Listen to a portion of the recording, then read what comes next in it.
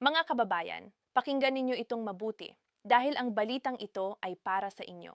Para sa bawat isa sa inyo na nagtatrabaho ng buong buhay, nagbayad ng kontribusyon, nagtiis, nagsakripisyo, at ngayon ay naghihintay sa tamang tulong mula sa inyong gobyerno. Narinig na ninyo ang tungkol sa 3,000 pisong pension add-on para sa Mayo 2026. Pero ang tanong ng lahat, sabay na ba ito sa regular na pensyon? Kailan eksaktong darating? Sino ang makakakuha? At may mga bawas pa ba? Huwag ninyong palampasin ito.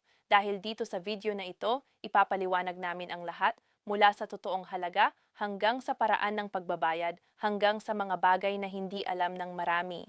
Manatili kayo. Ito ang pinakakumpletong update na makikita ninyo ngayong Mayo 2026. Magsimula tayo sa pinakamahalaga, ang 3,000 piso na dagdag sa pensyon. Ang 3,000 piso add-on na ito ay hindi bago sa ating mga tainga. Ito ay bahagi ng pangako ng pamahalaan na dagdagan ang benepisyo ng mga retirado at pensyonado bilang tulong sa panahon ng patuloy na pagtaas ng presyo ng mga bilihin. Ang tanong lang natin ngayon, nais-agawa na ba ito? At kung oo, paano ibibigay? Para sa mga miyembro ng SSS or Social Security System, ang 3,000 piso na dagdag na ito ay tinutukoy bilang isang espesyal na ayuda o supplemental benefit na pinagtibay ng gobyerno bilang dagdag na suporta sa mga pensyonado. Hindi ito kapalit ng inyong regular na monthly pension. Dagdag ito. Kaya kung ang inyong regular na pensyon ngayon ay 5,000 piso bawat buwan, ang inyong matatanggap sa buwan na ito ay magiging 8,000 piso kung sabay itong ilalabas kasama ang regular. Ngunit dito nagsisimula ang katotohanan na kailangan ninyong marinig. Ito ang hindi alam ng marami. Ang pagpapalabas ng 3,000 pisong add-on ay hindi palaging sabay sa regular na pension. Sa ilang kaso, separate ang pagpapalabas. Ibig sabihin, ang inyong regular na pensyon ay darating sa tamang petsa nito.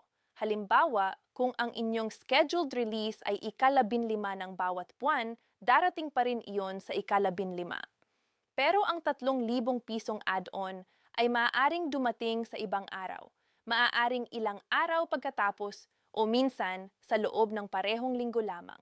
Kaya huwag kayong mag-alala kung hindi pa makita ang 3,000 piso sa araw mismo ng inyong regular na pension release. Hintayin lang natin ng kaunti. Ang importante ay darating ito. Ang pagkaantala ay hindi nangangahulugang hindi na kayo makakakuha. Ngayon, pag-usapan natin ang tungkol sa kung sino ang karapat-dapat. Para sa mga pensyonado ng SSS, kung kayo ay tumatanggap na ng regular na monthly pension mula sa SSS, kayo ay kasama sa listahan. Hindi kailangan ng bagong aplikasyon. Hindi kailangan pumunta sa branch. Automatiko itong ibibigay sa inyong existing na payment method, maging sa ATM, sa Union Bank, sa UMID card, o sa inyong designated na payment center. Para naman sa mga pensyonado ng GSIS or Government Service Insurance System, ang sitwasyon ay halos kapareho. Kung kayo ay retirado na at tumatanggap na ng inyong monthly pension mula sa GSIS, kasama kayo sa programa. Ang inyong GSIS e-card o ang inyong land bank account na nakalink sa GSIS ay siyang gagamitin para sa pagpapalabas ng add-on na ito.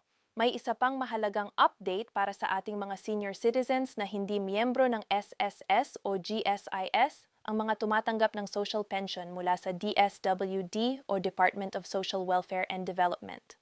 Ang social pension na ito ay para sa mga indigent senior citizens at ang halaga nito ay 500 piso bawat buwan ibinibigay kada quarter. Ibig sabihin, 4 na beses sa isang taon nakakatanggap kayo ng 1,500 piso. Ang programang ito ay hiwalay sa SSS at GSIS pension. Kaya ang 3,000 piso add-on na binabanggit dito ay para sa mga SSS at GSIS pensionado, hindi para sa social pension beneficiaries ng DSWD. Kung kayo ay nasa social pension program ng DSWD, abangan ang hiwalay na anunsyo mula sa inyong lokal na munisipyo o lungsod. Ngayon, pag-usapan natin ang masakit na bahagi, ang mga bawas. Oo, mga kababayan. Ang totoo, hindi lahat ay makakatanggap ng buo na 3,000 pisong add-on. Bakit? Dahil sa mga natitirang utang sa SSS o GSIS. Kung kayo ay may hindi pa nababayarang SSS salary loan, calamity loan o housing loan, ang posibilidad ay may deduction pa rin kahit sa add-on na ito. Ganito gumagana ang sistema. Kapag may benepisyo kayong darating, automatiko itong nireconcile ng SSS at GSIS sa inyong natitirang balance ng utang. Tinatawag itong offset o clawback. Halimbawa, kung ang inyong natitirang SSS salary loan ay 1,200 piso pa at ang inyong monthly amortization ay 400 piso bawat buwan, ang 400 piso na iyon ay mabababawas pa rin kahit sa add-on na ito. Kaya sa halip na 3,000 piso, mayroon kayong matanggap na 2,600 piso lamang. Ito ang pagpapaliwanag ng clawback. Ang sistema ng SSS at GSIS ay dinisenyo upang matiyak na ang lahat ng natitirang obligasyon ay binabayaran bago ibigay ang neto na halaga sa pensyonado. Hindi ito parusa, ito ay proseso ng accounting. Pero importanteng malaman ninyo ito para hindi kayo magulat kapag nakita ninyo ang inyong resibo o statement. Ang pinakamabuting gawin ninyo bago pa man dumating ang release date ay suriin ang inyong SSS o GSIS account online o tumawag sa kanilang hotline para malaman kung may natitirang utang pa kayo. Para sa SSS, ang hotline ay 1455. Para sa GSIS, ang hotline ay 1-800-884-7477 o maaari ring bisitahin ang pinakamalapit na GSIS Service Center. Pag-usapan natin ang konkretong halimbawa para mas madaling maunawaan. Halimbawa, si Mang Ernesto, 68 anyos, pensyonado ng SSS. Ang kanyang regular na monthly pension ay 6,500 piso. Siya ay may natitirang salary loan na 3,600 piso pa, na may monthly deduction na 300 piso. Sa buwan na ito, ang kanyang breakdown ay ganito.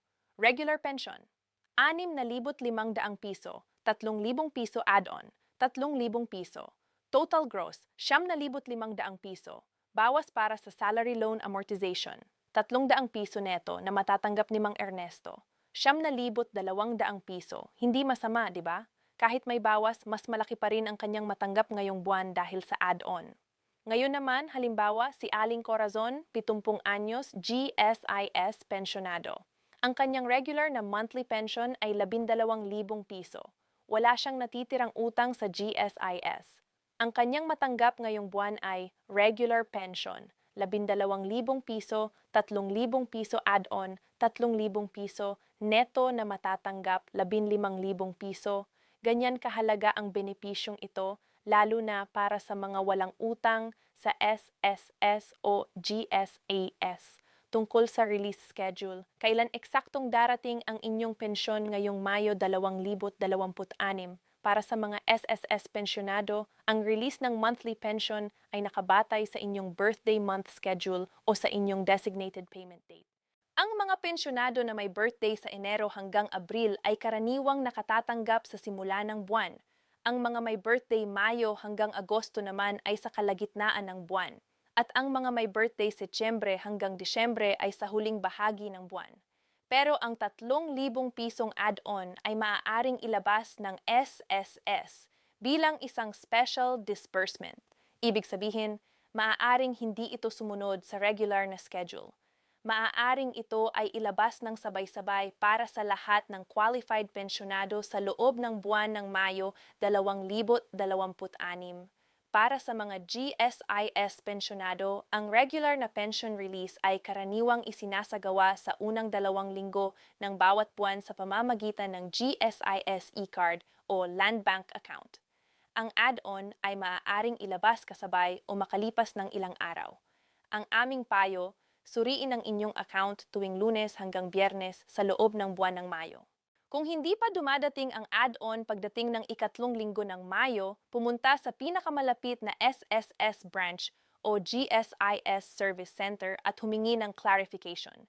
May isa pang mahalagang update na nais naming ibahagi. Ang ACOP o ang Annual Confirmation of Pensioners Status, ito ang isa sa pinaka-critical na requirements na hindi dapat kalimutan ng bawat pensyonado. Kung hindi kayo nagsagawa ng ACOP sa nakalipas na taon, posibleng nakahold ang inyong pensyon. At kung nakahold ang inyong pensyon, hindi rin kayo makatatanggap ng 3,000 piso add-on. Ang ACOP ay ang proseso ng pag-confirm na kayo ay buhay pa at patuloy na karapat-dapat makatanggap ng pensyon. Para sa SSS, maaari itong gawin sa pamamagitan ng SSS mobile app, sa SSS branch o sa pamamagitan ng mga accredited SSS kiosks. Para sa GSIS, maaari itong gawin sa pamamagitan ng GSIS e-card sa mga accredited establishments o personal na pagpunta sa GSIS Service Center. Ang deadline ng ACOP ay iba-iba depende sa inyong birthday month, kaya pakiusap, huwag ipagpaliban ito. Kung hindi kayo sigurado kung updated na ang inyong ACOP, magtanong sa pinakamalapit na SSS o GSIS office. Ito ang inyong responsibilidad para masiguro na walang maantala ang inyong benepisyo. Ngayon, pag-usapan natin ang isang bagay na labis naming iniaalala para sa inyo, ang scam. Mga kababayan, pakinggan ninyo itong mabuti. Sa bawat oras na may bagong benepisyo ang pamahalaan para sa mga pensyonado, lumalabas din ang mga taong gustong samantalahin kayo. Maingat kayo sa mga sumusunod na sitwasyon. Una, may magtutulak sa inyong magbayad ng processing fee para matanggap ang 3,000 pisong add-on. Ang totoo, walang processing fee para sa pension release. Libre ito. Kung may humingi sa inyo ng bayad, scam iyon. Pangalawa, may magpapadala ng text message or Facebook message na nagsasabing i-click ang isang link para i-update ang inyong account at matanggap ang add-on. Huwag i-click iyon. Boys, ang SIS at GSIS ay hindi nagpapadala ng mga link sa text message para sa account updates. Pangatlo, may tatawag sa inyo na nagsasabing SSS o GSIS representative at hihilingin ang inyong account number, password o OTP. Huwag ibigay iyon. Ang mga tunay na opisyal ng SSS at GSIS ay hindi hihilingin ang inyong password o OTP sa telepono.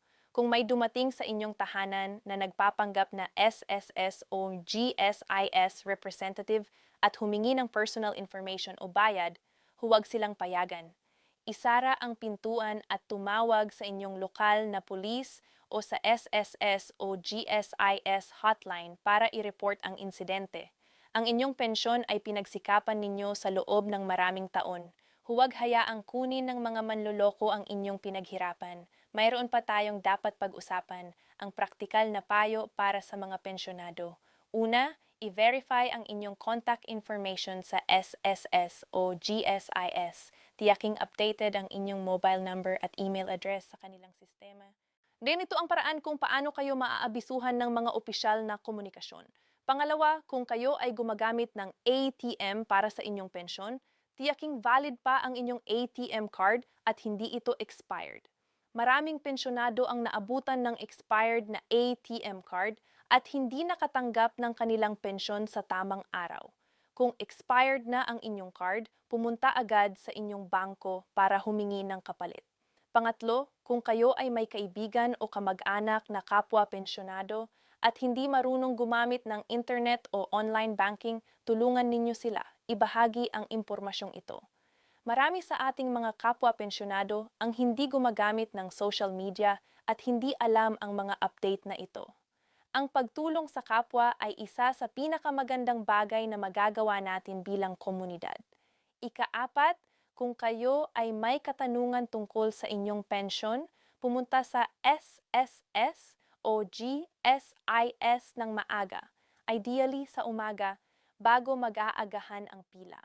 Magdala ng inyong valid ID, UMID card, at kahit na lumang pension slip para madali ang proseso. At ikalima, iwasang paniwalaan ang mga simpleng post sa social media na walang opisyal na source. Palaging hanapin ang balita mula sa opisyal na website ng SSS sa www.tuldok.sss.gov.ph o ng GSIS sa www.gses.gov.ph. Doon ang pinakatotoo at pinakaligtas na impormasyon. Mga kababayan, nais naming sabihin sa inyo ng buong puso, ang inyong pensyon ay hindi isang regalo, hindi ito awa. Hindi ito tulong na dapat ninyong ipagpasalamat ng labis-labis. Ito ang inyong karapatan. Ito ang bunga ng inyong mga tao ng trabaho, ng inyong mga kontribusyon, ng inyong pagmamahal sa inyong pamilya at sa bansang ito. Kayo ang nagtatayo ng mga gusali. Kayo ang nagtanim ng mga pananim. Kayo ang nagturo sa mga kabataan. Kayo ang naglingkod sa gobyerno. Kayo ang nagpapatakbo ng mga negosyo. Kayo ang nagbayad ng buwis at kontribusyon sa loob ng maraming dekada. At ngayon, sa panahon na kailangan ninyo ng kaunting tulong, ang bansang ito ay may obligasyon na ibalik sa inyo ang kaunti sa inyong naibigay. Ang 3,000 pisong add-on ay maliit lamang kung ikukumpara sa lahat ng inyong nialay. Pero alam namin, kahit maliit, mahalaga ito.